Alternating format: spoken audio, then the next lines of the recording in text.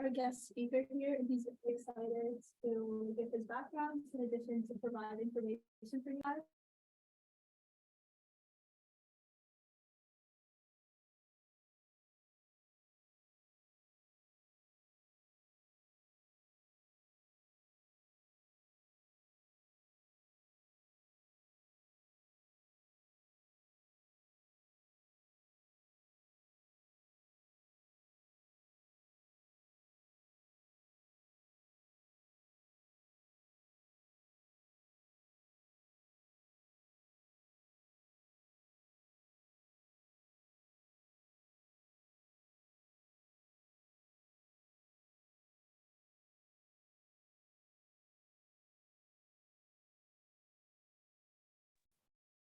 Audio on here.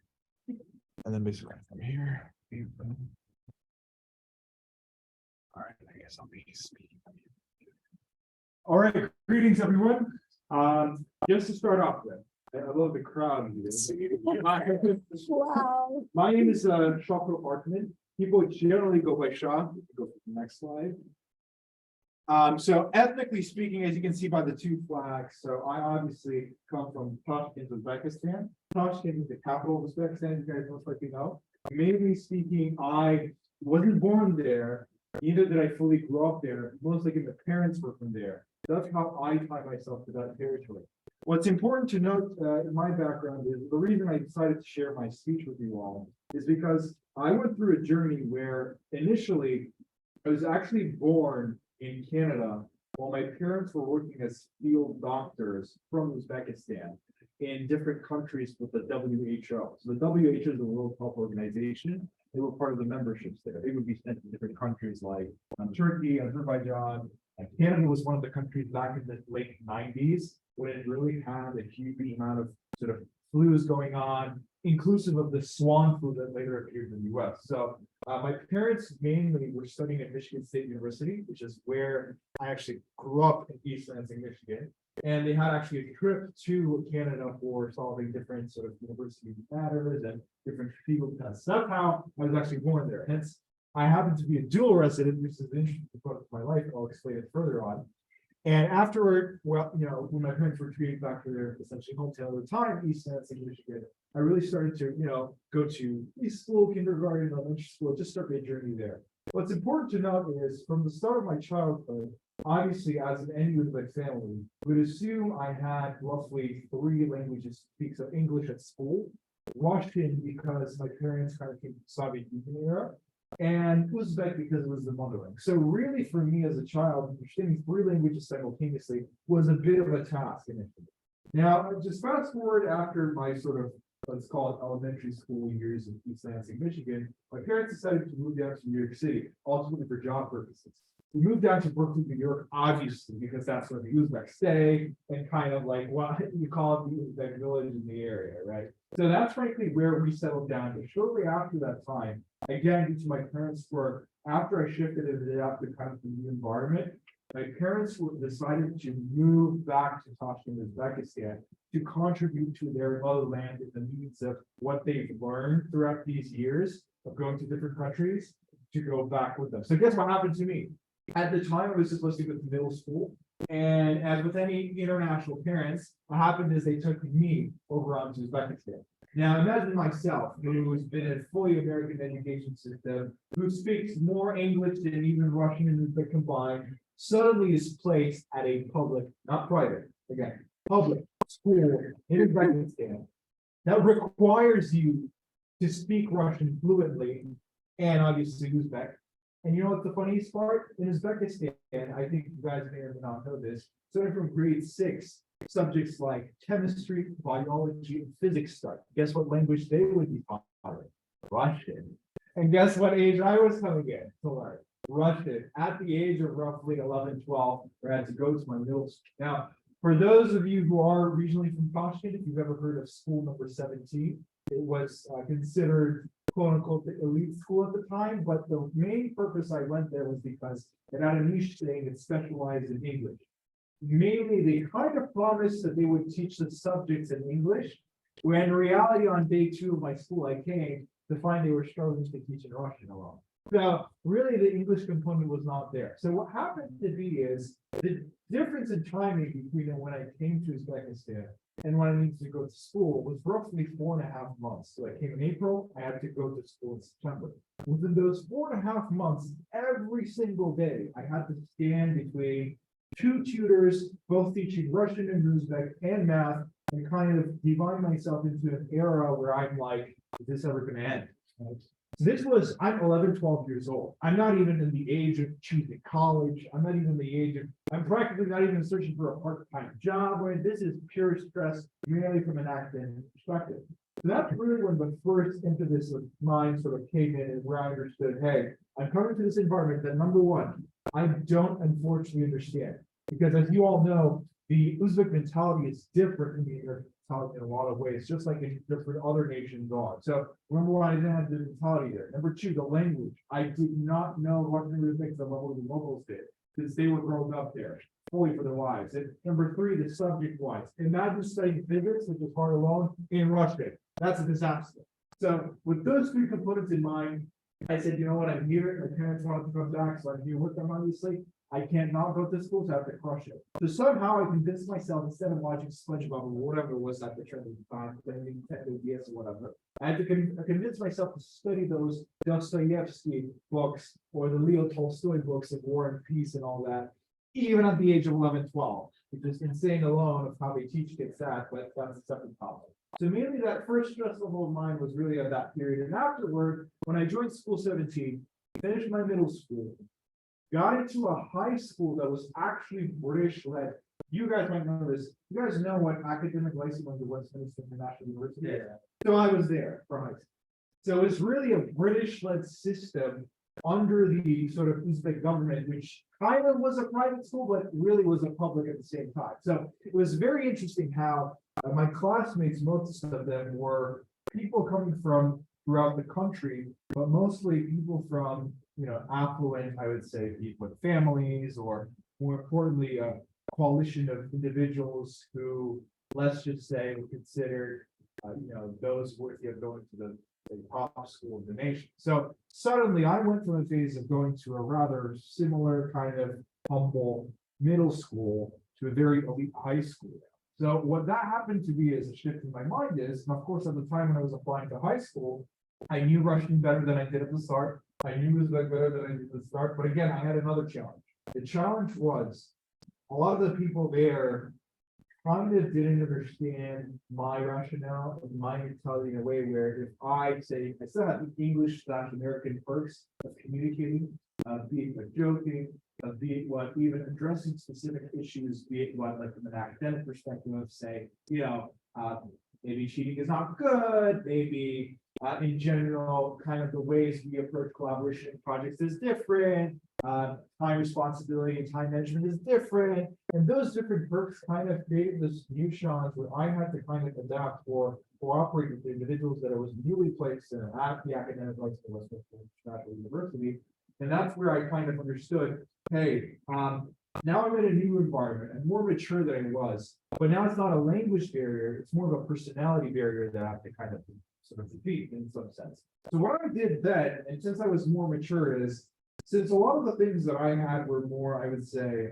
English/Americanized, I actually created a club called Quanta Logos. So Quanta standing for the physics term of light, essentially for the particles, and Logos and the essence of logic. So I created a club that would actually teach English high school students under topics that were kind of prevailing, something interesting. Let's say at the time was Bitcoin, which is still today. Like, why did Bitcoin uprise? Or something interesting from physics, or something interesting from anything beyond the standard English textbooks. Because what I noticed is one of the reasons a lot of people there didn't enjoy English as much for learning per se was because the textbooks were from 2002 and like completely outdated and most likely about the Big Bang or something of that sort. So that's where I realized that was the opportunity for me to provide value in teaching English in some sense. And in advance, perhaps retracting or regaining credibility in a sense where I would give them knowledge in English and they would kind of either give me credibility within their Russian space, or I would be able to collaborate with them more and better on a higher level. So I created this club, did a couple of events, They went very well. And apart from doing that club, I obviously was placed on Olympiads like in English, the different competitions as well as in math. So I kind of went on a two-barrier scheme. I was doing the club to give back and also retrieve kind of credibility. And at the same time, was building my own credibility or branding within the space of both math and English. So by that way, I created my struggle to a position where I really understood, okay, I really have to leverage my network of who I have instead of just sitting there and saying this place is bad. So that's what was my approach. And frankly, by the end of my high school, thankfully, I had the chance to win a national championship, ultimately on a finalist level for math. And that was really at the point where I understood, hey, where did I come from? I came from, say, a background of not understanding Russian fully, but now I'm, on one of the top tier percentages of the graduating class. So that really proved to me that the reason that sort of the strategic approach I went about of giving value in return of sort of retracting value from others was really the way to succeed in my pathway. That was my kind of minor success there. So that was the success side. And then if we could move to the next slide, just briefly, ultimately talking about these phases that stepped in. So I talked about my high school phase is when I was kind of in this math sector, understood that I really liked exact sciences, but I really didn't know now at the time, having these awards and all that, what I wanted to do with my career. Math was the thing I liked. I like to communicate with people because I attracted value from that. But would I really go into finance, physics, or something else? That's really the time when I, again, went with the concept of saying, hey, another struggle came in. I have to decide what I'm going to do with the rest of the 40 to 50 or 60 years of my life, right? And that's when I sat down and said, okay, who do I want to become? Let's say a lot of the times when people want to become either generationally or personally wealthy or perhaps successful, it means where they can gain as much capital as possible to give back in a similar manner. One of the most successful pathways for me at the time was alternative investments. I did my research of understanding, okay, what's the typical path people don't take? Most of my classmates wanted to be consulting. I think some of you guys know that even in Uzbekistan, you have Deloitte, EY, and PwC, and all those big accounting firms. So my question was, why is everyone going there and what's apart from their existence? And when I did into some research, I found that, the common essence of how, let's say, 90% of millionaires own real estate is kind of the generational thing, is that pure asset. And I said, interesting, nobody really talked, especially in Uzbekistan, for those that know the two different kinds of regimes in Uzbekistan, that was the old one and the new one, it was really shocking to see that literally no one from the student base studied anything on the real estate. So that's where I got in. I got in purely because of two things. One, understanding the backing statistics of actually creating generational wealth and ultimately say the structure of the personalization from there. And two, the fact that there was absolutely no one I knew was going into that industry. Again, I'm looking for competitive advantages. What are people not doing? Where can I actually go and perhaps take the most benefit from? Just so later on I can give the most benefit back. Because the problem becomes is if you want to give back a lot to society or anyone in particular your group, you have to make a lot in order to give a lot. You can't make a little and give a lot at the same time. That's not how the math works. In order to make others successful, you have to start from the successful yourself. That was sort of my rationale at the time, and that's how I chose what I was going to do based on competitive advantages. Now, that was the phase of my high school. Moving on to the freshman year, I come into my school. Again, I came with a challenge, and one of the highlights I didn't mention is I'm actually, even though I live in Brooklyn, New York, I actually went to a school in Toronto, in Canada, at the University of Toronto. And mainly the reason how that happened is at the time of my applications, despite my high statistics and Olympiad winnings and all that, I happened to actually apply to most competitive schools and putting a high risk on my sort of college application, Ivies only, and a couple of state schools here and there. So I put a huge risk and defaulted on that risk. And the only one that sort of accepted me for university was a high-ranking school called the University of Toronto. It was listed top 25 in the world, and I thought, you know what? Well, if this is the kind of only school that accepted me, and plus it's from a high rank, why not try it? Never been to Toronto, never lived in it. Why not try it out? And that's where I ultimately took the risk and said, another challenge came, let's crush it. Came freshman year to my campus. The first thing I noticed is apparently they have 3 campuses. I was expecting to be in downtown Toronto. If you guys ever saw images of Toronto with the CN Tower and everything, that was my expectation. Apparently, I was placed in a campus that was around 30 miles from downtown, in the middle of basically nowhere. I found out that literally at the airport when my Uber arrived. You won't believe it. It was crazy. And the point was, when I sat in the Uber and looked at my window where I was actually heading, I would see farms and trees and woods, and I'm like, and then I saw a gray building called the university. Long story short, beyond the building aesthetics, it's important to kind of note how the concept of me coming there and also realizing that there were no real estate classes at all highlighted that I had to go beyond what my school sort of expected me to get and kind of focus on what can I attain on my own without the support of my school. That's when I understood real estate was not there. I can't rely on my school.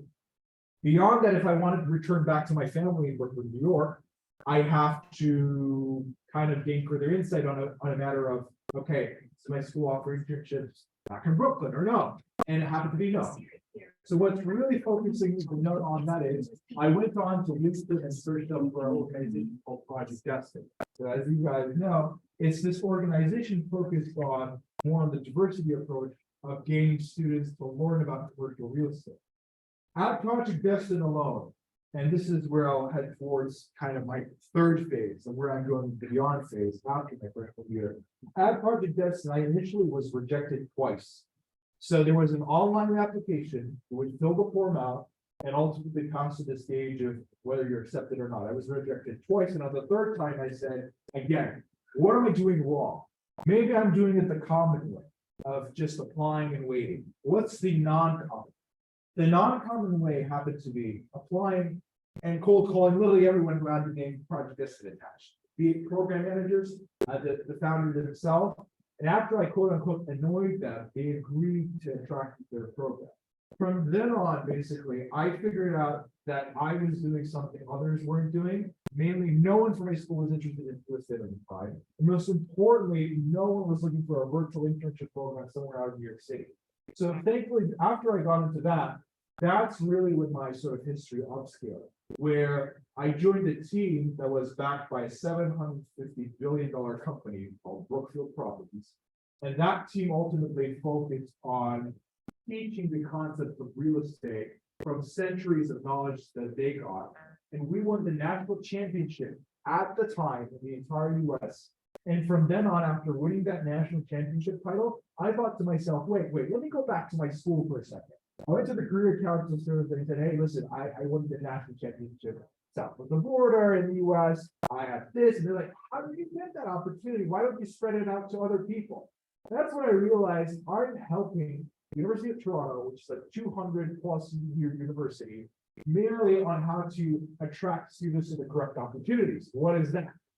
And frankly, from that position on, going to Project Destined, winning the national championship, I also became one of the heads of expansion of Project Destined. One of the ideas of being the head of expansion is really focusing on taking markets you've never been in for Project Destined. Like we have a New York City market, we have a Dallas market, an LA market, and all those major metropolitan areas. But we didn't have a market in London. We didn't have a market in Paris. We much surely didn't have a market in Toronto or Vancouver or even in Idaho, being a small city there. And my task personally, what I took is, if I saw my school asking me for what the opportunity I've been through, and my school is considered to be the top 25 in the world, I can imagine how many other schools there are out there that probably would like the same opportunity for their kids. And I said, you know what? And I went to the founder, Cedric Bobo of Project Destined. I said, I want to work on expanding our program to as many places as possible, so that, say, the kid in Idaho or the kid in London, in Paris, actually has the chance to view what it is like to firstly be in real estate, and secondly, have something on their resume with today's competitive environment. So again, without me achieving the title of the national champion, well, as a team, or actually going to my founder and saying, hey, I want to expand this area, ultimately launching me giving back to the community by launching different cities, I wouldn't have been able to do that if I myself would have won first. So the rationale I'm trying to deliver is, in every time I firstly won before I spread it out to others. Hence, my today's message to you all, and we can go to the next slide, is kind of focusing on the idea of, and I'll get to that one more slide. My kind of notion here is, really the way to give back directly to your communities, be it especially as being Uzbeks or ultimately anyone from a small diverse population, is the way that you have to succeed first. The way you would succeed first, but kind of thinking about it this way. Okay, where am I? I'm at school. I'm studying within a faculty of people, doing my master's program. Okay, what is the typical pathway people are going through? Am I in tech? Am I in finance? Most likely people would end up within those two phases. How can I differ from them? What are some categories within, let's say, finance or tech that are currently not being occupied, but it's quickly revamped? You study that niche and say, I'm going to focus on that. Once you focus on that and become the best expertise within that area, that's when you start giving back. You don't start giving back when you say, I'm interested in let me study this. No, you start giving back once you finish the idea of understanding the topic, showing that you're actually number one in that area. And then you say, you know what, people, listen, this is an opportunity that you're going to like because I went through it. That's me giving back. So this can only be applied for what I call the 1% rule or the beyond order rule, which is really kind of understanding the 1% results you get in order to help others really comes from the 1% moves you make. Ultimately, the 1% mentality is, let's say there's a class of 100 people, right? Only one of the 100 people can think of something innovative for this rule by applying things differently. For instance, going beyond and doing a research on a topic the professor has recently taught, knowing that that topic is of interest and presenting that research. And the professor likes it and invites you to speak about that research. Suddenly you're one of the outliers of the 100 people. You're already showing dedication. Number one, the professor knows you, 2 people know your work. Now you are known by 99 people instead of you just being one of the 100. That's kind of the mentality that you would use using the 1% move.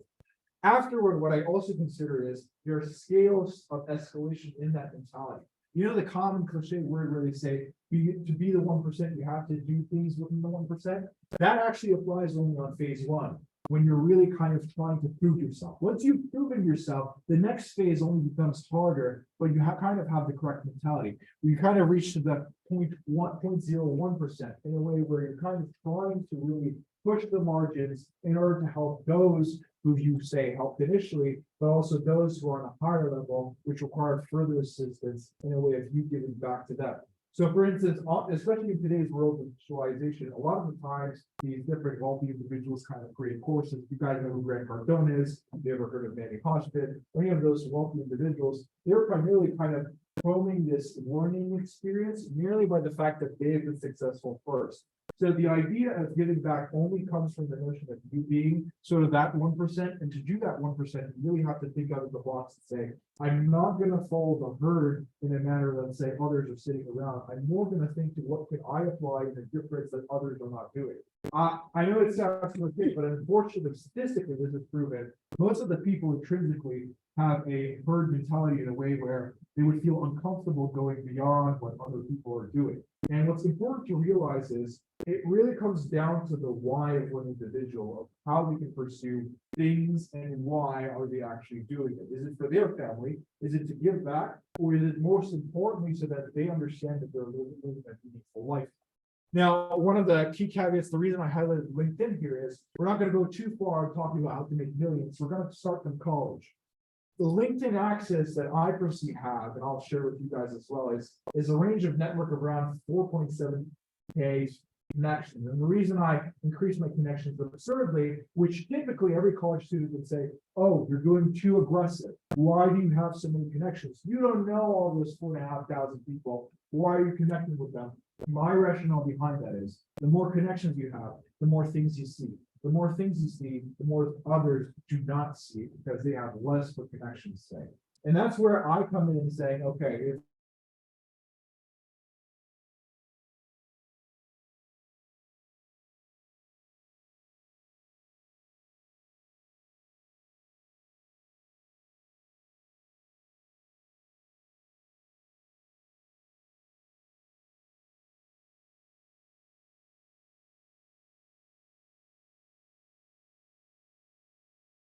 at the top list, of course, they don't have time for you guys. Let's say chatting with someone from Google, they may or may not respond to you, but you might as well start with a startup, the people who are actually starting their own ventures, because they are most likely, and it's funny, but the people who are starting startups most likely know more knowledge on a holistic scale than those who might be of single position. And then we have actually had to manage things outside of their scope. So talking to people, I think, is one of the most essential things that you all can do today as college students. And by all means, I'm a college student as well right now.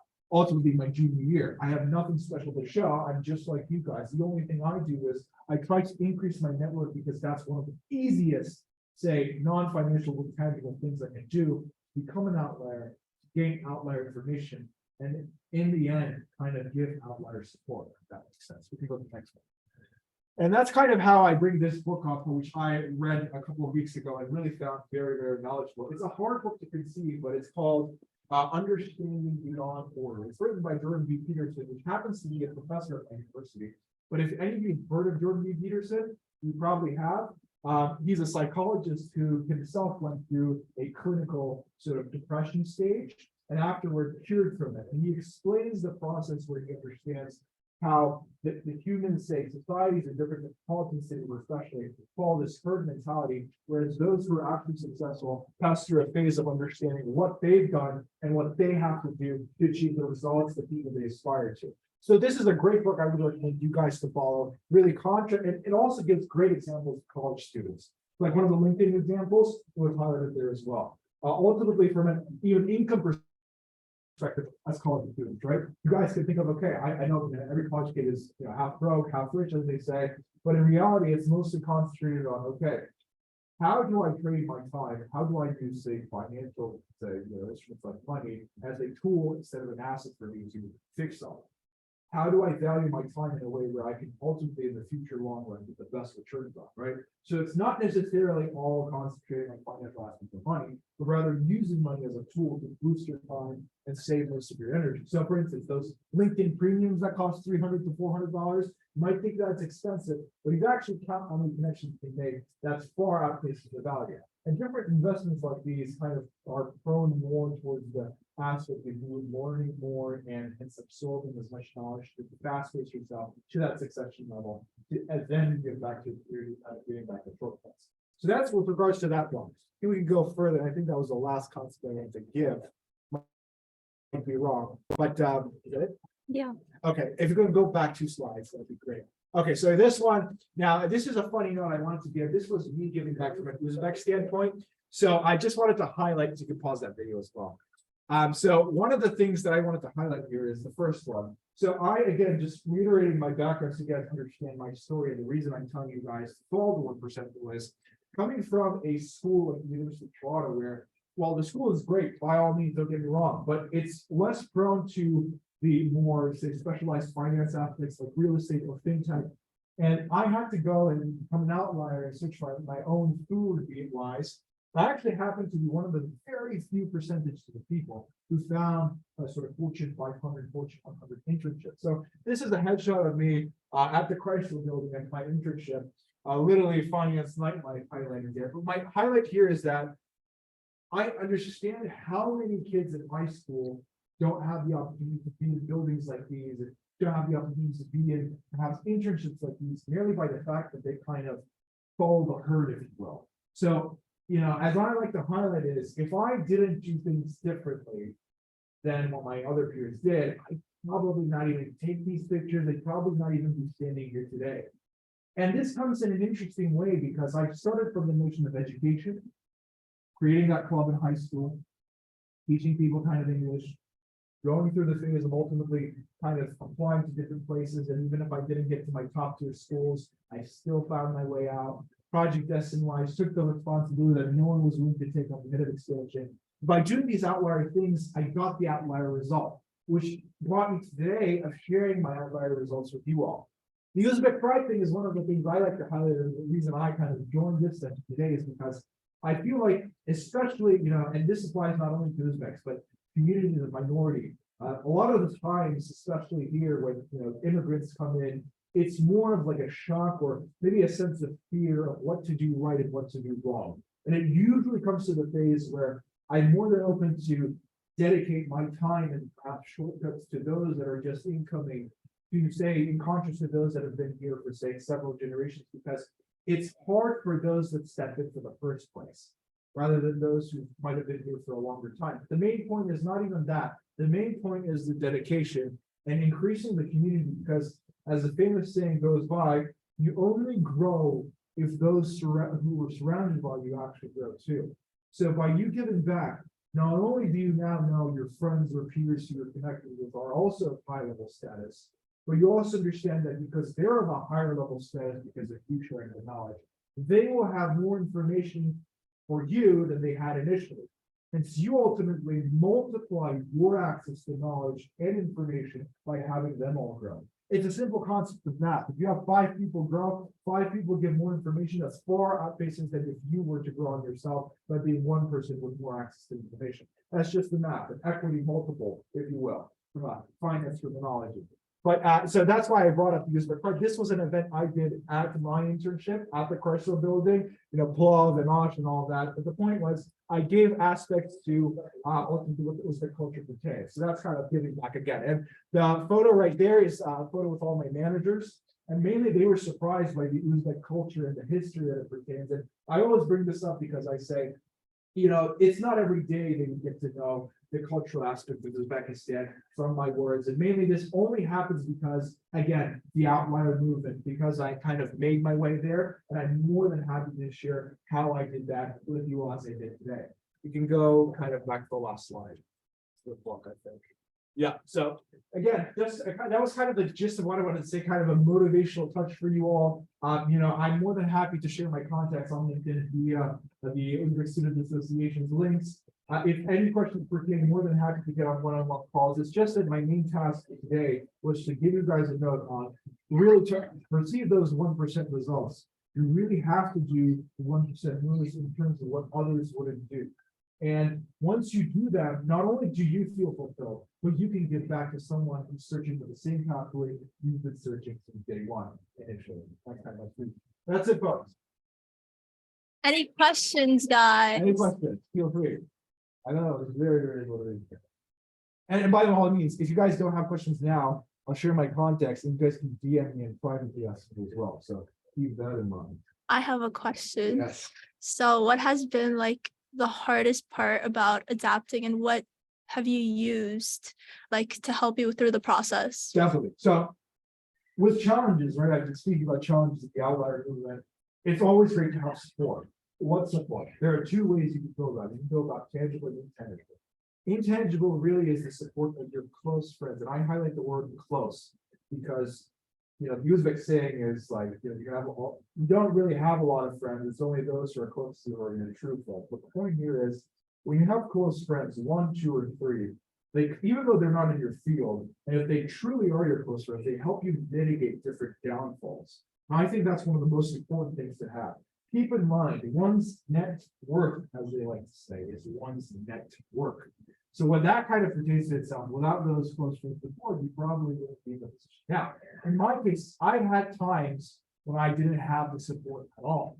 So what I did was go to the tangible aspect of actually reading books like these. I know it sounds interesting because I used to hate reading books. You guys won't believe it. I hated reading books. The only way I liked reading books is when I actually stopped reading what my school was giving me for literature. And I opened the book that I really was willing to sort of reward. And the book was actually called Rich Dad Poor Dad. That was the first book that I could. And from that on, I started revamping on anything between personal finance and personal growth. So the reason why most of us don't like books is because we started or continue to read things that we're either forced to or do not like. That's kind of the concept there. So 2 things: intangible support, 2 tangible books, I would say, are one of the things. And YouTube today too, honestly. If it weren't for YouTube, honestly, I probably wouldn't know real estate was actually a thing, if I'm being completely honest. So those 2 things. Anyone else in question? Any questions? Other book recommendations do you have? I would love to share actually a list as well, but mainly I would say to make it easier for you guys, especially if you guys are just starting, let's say, to read or anything, do not go into the deep psychology things like, there are books written by, either Russian or even, I think there were like Egyptian authors. I would say to start with the easiest would be really the simplicity of personal growth. Atomic Habits would be one great book to read on. it kind of forms the idea of how habits lead to your success pathway. And I think that's extremely crucial along both stress cycles and success cycles. That would be one.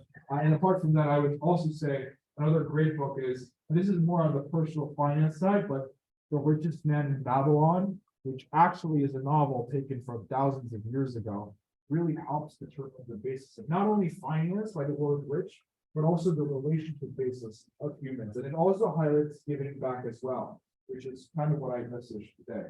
So those two books, Atomic Habits, Richest Man in Babylon, would be two of the starter books. That's kind of and also, just one more thing I wanted to highlight is, I know he's talking more on a personal basis of motivation, but I have to say, those personal kind of outlier things that I did and kind of went through also projected on my financial situation from terms of, I started seeing projects I would never see. I started viewing things, be it income generating things that I saw that I wouldn't see if I weren't doing, say, things like LinkedIn or anything like that. So your personal progress, you might think it's like, from a financial return perspective, does not make sense. Whereas in reality, you're really building the principles as a person and habits, which can be transmissible within different mediums. And mediums include finance, personal growth, and wealth as well.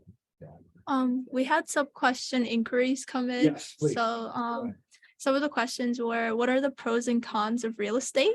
That's a great question to ask. Now, in terms of real estate, the reason I chose that was purely because of the statistics of generational wealth. And not only that, because it's a tangible asset. You can clearly understand what the building is valued at by either like approaching it or understanding, say, the historical statistics, because as we like to say in real estate, people statistically will always need a place to live in, always need a roof above their head up.